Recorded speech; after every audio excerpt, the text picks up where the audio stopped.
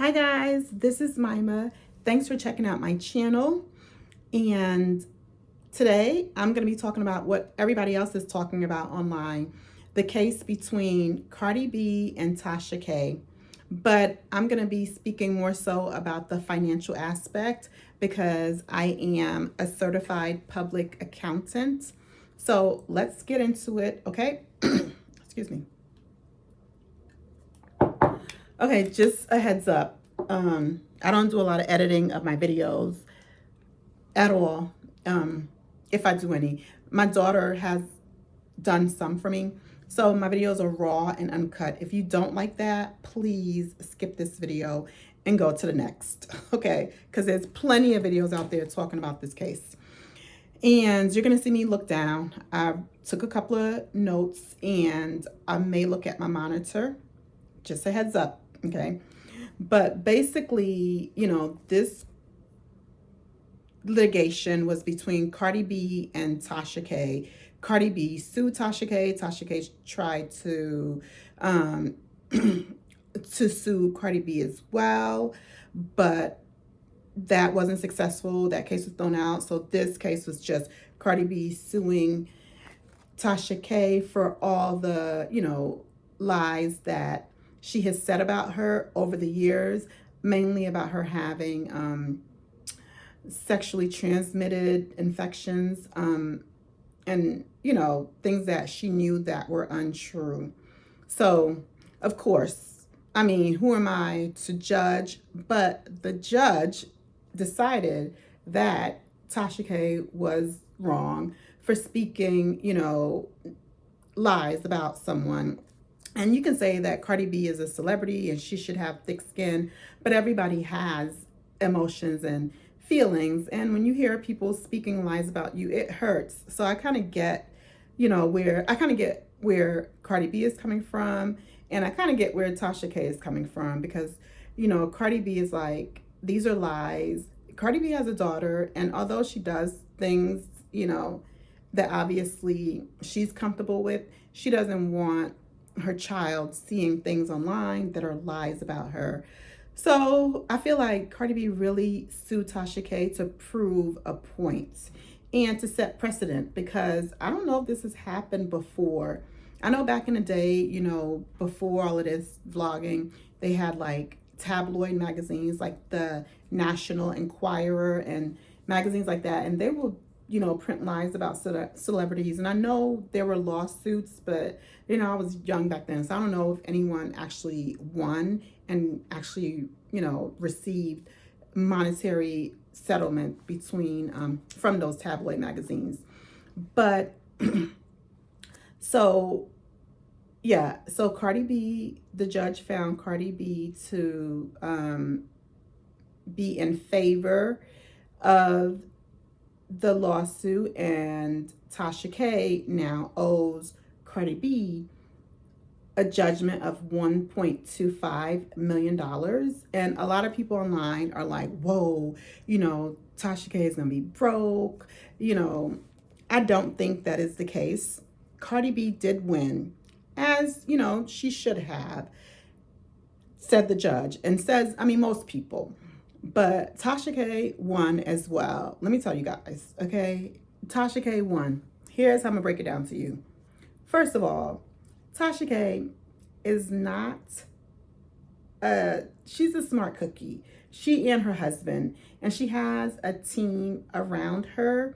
I'm sure she has, well, maybe not the lawyer that represented her, but anyhow, I actually think that she went ahead, and I think this is a calculated move by her.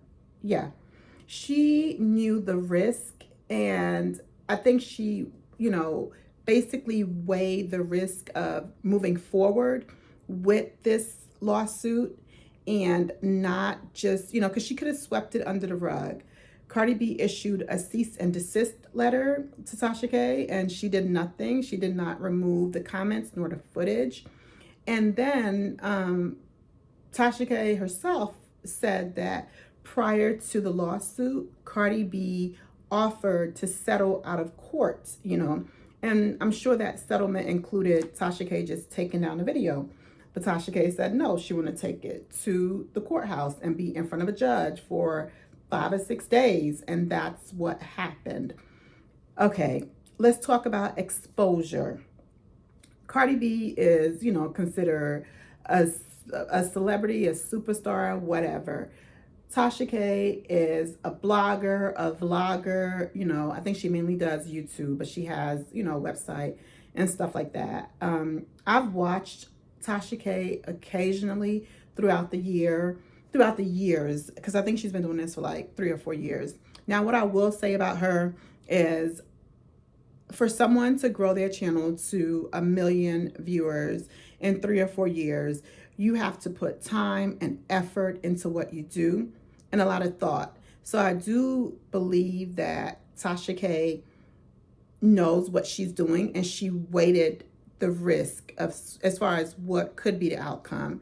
Now, of course, Tasha K got a lot of followers from speaking negatively about CARDI. So going to court and battling it out, Tasha K know that it's going to get her additional followers. And let me tell you, Tasha K, I know they say, one of these websites said she generates her gross revenue from her, her channel. Her channel is a business, is $1 million a year. I do not doubt that, because I know for a fact that I'm not even talking about the YouTube or Google check money. Tasha K, advertising rates for companies that advertise with her. And if you watch her video, you'll see she does commercials for them. She charges between $5,000 and $20,000 per commercial, per episode, or per filming. So if you calculate that, yeah, she's definitely making, grossing at least $1 million a year. Definitely. I don't doubt that at all. So if she has additional exposure, where do you think that's going to take her? Right now, she's trending, okay, because of this case. Everyone and their mama is talking about this case. If you Google Tasha K right now, she is on this case in New York Times, page 6, Complex, TMZ, Billboard. And the list goes on. Like, there's so many media outlets that now know about Tasha K and are, speaking about her, and they're going to do additional research. So I feel like her ability to use her exposure, and I don't know if you want to call it, it's not fame, but just her exposure to make money, is going to increase. And I think she knew that. That's why she wanted to go ahead and be in court, okay? Being in court, it's going to generate discussion. People are going to know her. People who never even thought about her or went to her channel will go check out her channel. Whether they think that what she did was right or wrong, is still going to give her exposure. So I think that's where, mentally she was going when she decided to proceed with this lawsuit. Another thing is, CARDI definitely won the lawsuit, and she was awarded $1.25 million.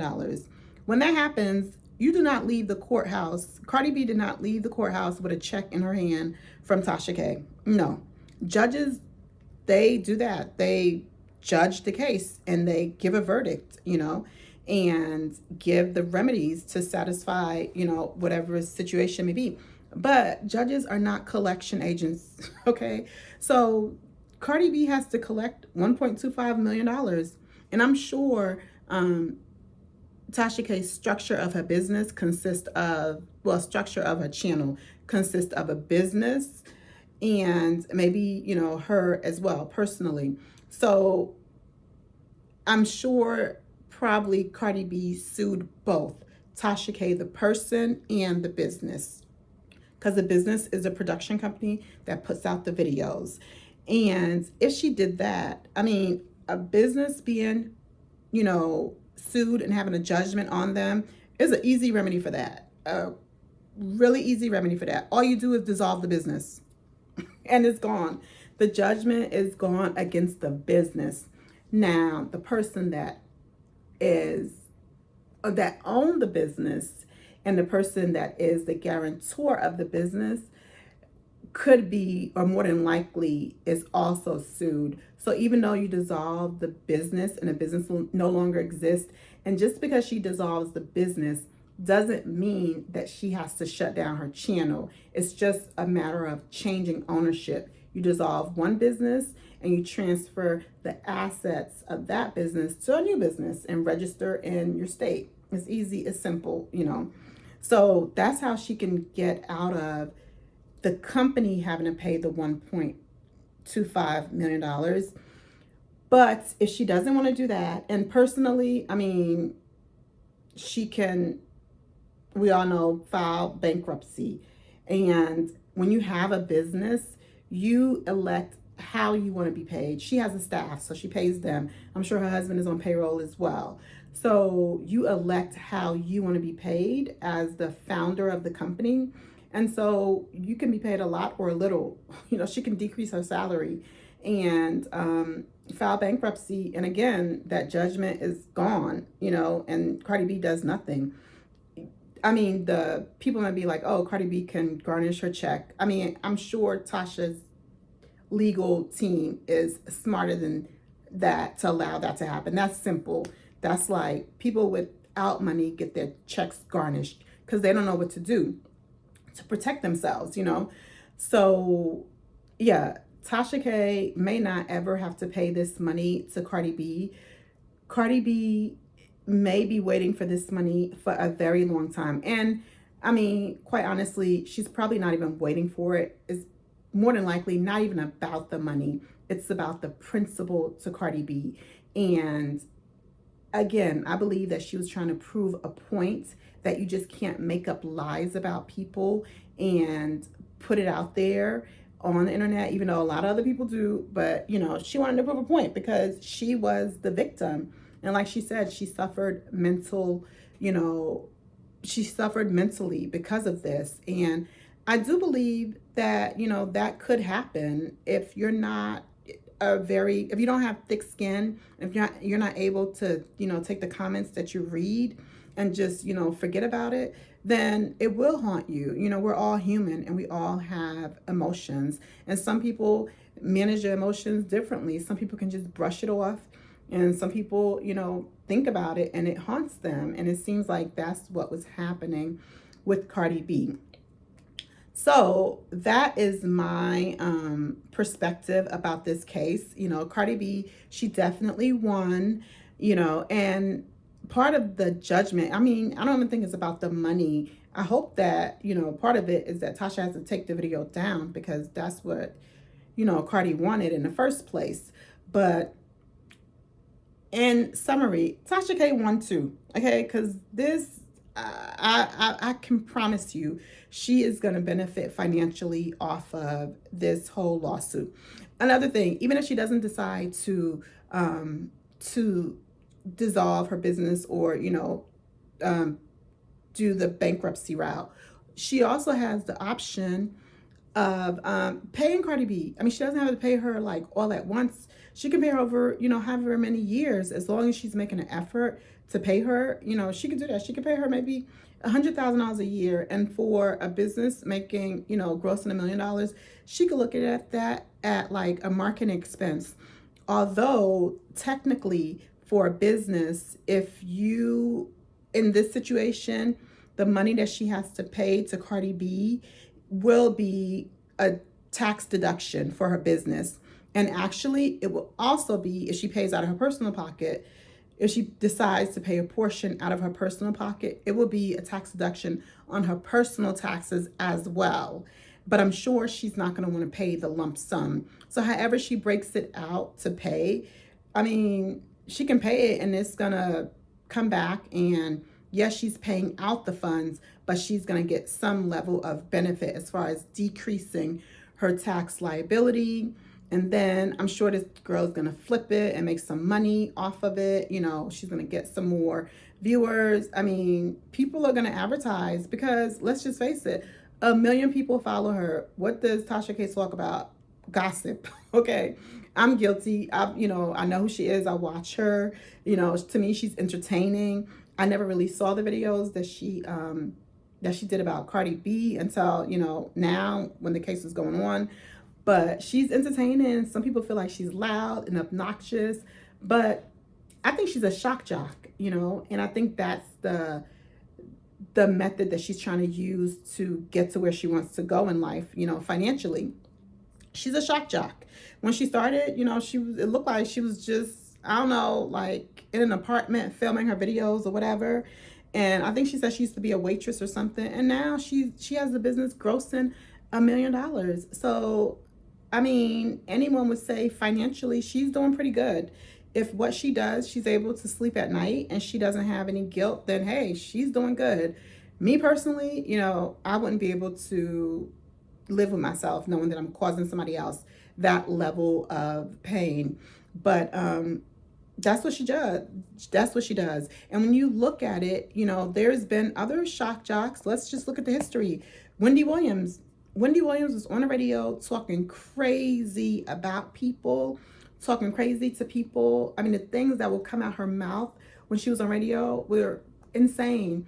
And she held down her spot on New York radio for a long time because of that. People still tuned in to hear the messiness. And when she was ready to leave radio, when she started getting older, what happened? She left radio and she went to television. Okay. So, I mean, that's an upgrade from radio to television. So being a shock jock has its advantage. So right now, you know, Cardi B definitely won the lawsuit, but Tasha K won as well. Because I'm sure this chick, you know, strategized with this whole situation.